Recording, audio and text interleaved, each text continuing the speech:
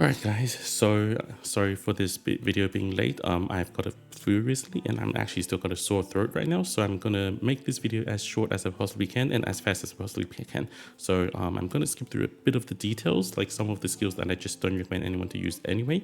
And let's just talk about the actual effect and how you would use her. So if you haven't seen the official post, you can take a moment and take a read at the skill set here. And then we'll go on with the actual kit of Nymph. So Nymph is a primal caster, so she deals arts damage and elemental damage when enemy is in an elemental burst state. In this case, she does extra damage with necrosis burst. So her first talent is that when she attacks, there's a 40% of her attack as arts damage, as elemental damage when enemy is in the state, and then when the state ends, the effect will end. So it's a long duration kind of a thing if you can attack ASAP when the burst appears. And her second talent is that when enemy gets elemental burst within her attack area, she gets plus 2% attack, and that gets diluted really quickly, even you get 10 stacks. So not that big of a talent. So her first skill is kind of nonsense, and you just wouldn't really use it. So I'm going to completely ignore it. You can read this skill set yourself, and you can see that, well, yeah, it's not that big of a deal. Increase attack and whatnot, not that big of a deal. Skill 2, on the other hand, is really important. So skill 2 does 41% of her attack as arts damage, and then splashes that, and all of that will deal 25% of her attack as a necrosis damage. So that works towards necrosis burst. And if the target attack is within necrosis burst period, the first talent attacked will be 100% of her attack as elemental damage per second. So that's actually pretty big. So we have to talk about the fear effector. So the fear effect is something brand new to the game, and it's actually just crazy when it comes to controlling a few and one enemy at a time. So mostly used to control bosses. So remember when, well, if you wanted to, you would either slow enemies or push enemies. Now we have a brand new way to control enemies, which is really impressive. So since fears works for 5 seconds, it's actually a bit different to how you would think when it's just a 5-second control. It actually is more of a 10-second control, but I have to explain why that is by explaining how fear works to begin with. I did plan on giving you guys a diagram, but I sadly don't have that right now. So what I'm going to do is I'm going to have Paint Kun here. So let's quickly go through this. So as an example, if I'm going to spoil a bit of IS5 ending 2 here, so if you're fine with that, bear with me. So let's say, as an example, this is a high ground tile where Nymph is here, right? And then we have an enemy where they're walking down, a boss walking down. Here's a checkpoint, and then they're gonna go to the left. So when Nymph attacks, shoots out her attack and starts applying the debuff. The moment the debuff is applied, there's gonna be a vector that is formed from Nymph towards the center of the target. Right, and then we're going to follow the trajectory of that vector, and we're going to create a area of a quarter of a circle, and then we're going to cut that evenly. So it's going to look something like this, and it's going to be a right angle triangle here. So it's 45 degrees here, and it's 45 degrees here, right? So this has a radius of 5 tiles. And when that effect applies, and like the enemy will select a random path within these 5 tiles, and they will then designate a point and make a path towards that tile. That path cannot be longer than 5 tiles. All right. So if the target point can be reached normally, you would just walk through, but it cannot walk through special tiles like a stairway, or a hole. So obviously you can't make enemy fall down a hole with that. And once the enemy has reached the target point, as an example, let's say if I set a point here. So this is the tile, and the enemy will walk towards here. It took 3 seconds. It will randomly select another tile within this area and walk towards that area again. So as you can see, this is not directly just walk backwards from where you came from. It's more like a walk roughly away from me kind of a thing. So enemy will still attack you during this phase. So if enemy have range attack, it will not stop that. And you remember those blocks where you can change the enemy's path? Enemies affected by fear will not be affected by those blocks. So if you somehow use fear and push them into a block, they will just destroy the block afterwards.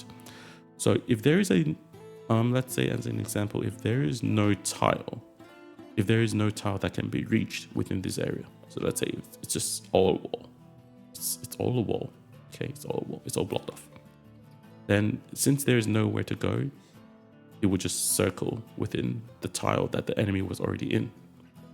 So it's you will see that if, let's say, the enemy is, let's say, directly next to Nymph, right, and it's walking from bottom to up, and then there is a block here, so the enemy cannot walk through, and you're shooting directly to the right. In that case, the enemy will have nowhere to go, and it will just circle around a 0.5 length square within that tile. So it's not that useful. And remember how I said that the enemy will walk for 5 seconds away? That means for the enemy to walk back, it will most likely take another 5 seconds as well if they walk in a straight line all the time. So that means even though this skill has a 12-second cooldown, and including the time that it takes to shoot out the energy ball and for that to reach the enemy, it's like, I think 13 seconds in total. All you need is someone like a Mostima or something to give her some extra SP or shoe buff and all that. You can just permanently control one boss forever, basically. And most bosses will be affected by this unless they cannot move. So this will basically just forever control all the enemy, like one enemy if you wish. The downside is this is only a single target skill. So let's say if there's a bunch of enemies and you want to target the boss, it's really hard, and you might like hit a random mob on the side and just not hit your target. So that's probably a downside. But still, that is a skill that has a lot of use cases and can change enemies' path if you use it wisely. So it's really strong skill. So next is skill 3. So she has increased attack area, she'll have plus 220% attack, and she has plus 60 attack speed, and she attacks 2 targets at the same time. If the target is in elemental burst state, so in necrosis burst state, she will deal elemental damage.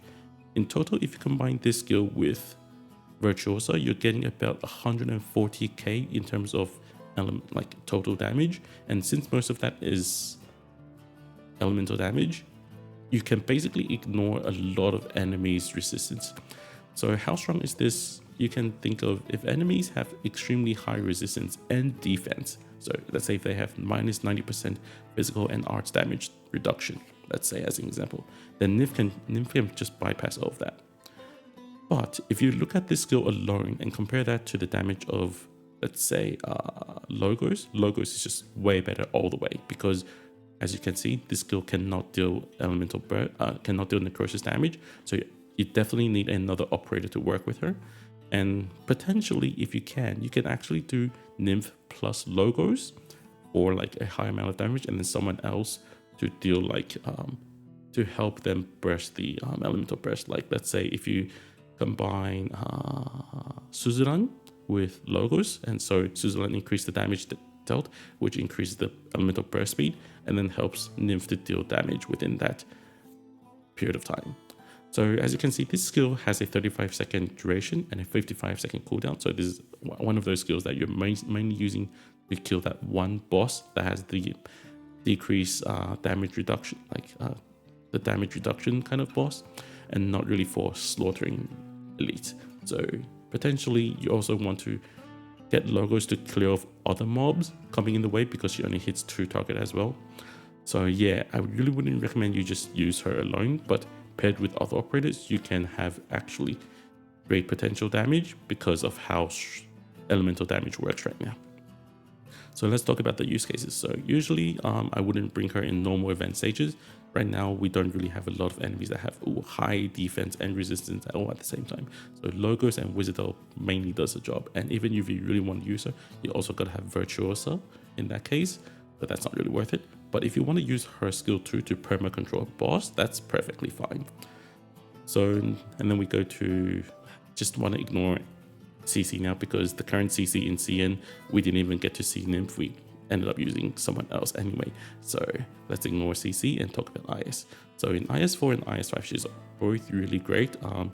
her skill doesn't scale well with most of the artifacts or collectibles, so mostly you'll be using her as an early operator, and then maybe sometimes dealing some extra damage towards those bosses that have high resist, like high damage reduction, like in IS5 ending 2. But those are really rare cases. If you want it, you can still do it, but once the DLC hits, you will find Nymph just isn't enough, and it's really easy to have a lot of collectibles in IS5, so in the end you'll just use other operators anyway.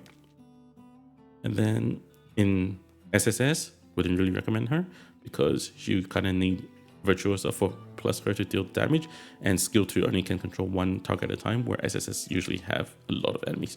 Same with RA, so this is basically just a mechanic buster, so you're busting enemies like enemy mechanics, and also a IS player. But I would still recommend her just because of how unique skill 2 is, and I would highly recommend most people to get her just for the skill 2 alone. I think she's really worth it, and that's about it for this video. It still ended up being pretty long, and I'm got a really bad throat right now, so I'm gonna end this video right here. Please tell me if you want to pull Nymph or not. I would still highly recommend most of you to pull, but if you feel like you don't want to pull her, I would love to hear why not. And I'll see you guys in the next one, where I hopefully don't have a dead throat and I can't even stream, like I can't even record a video for my pool. So good luck with that, and I'll see you guys in the next one. Bye.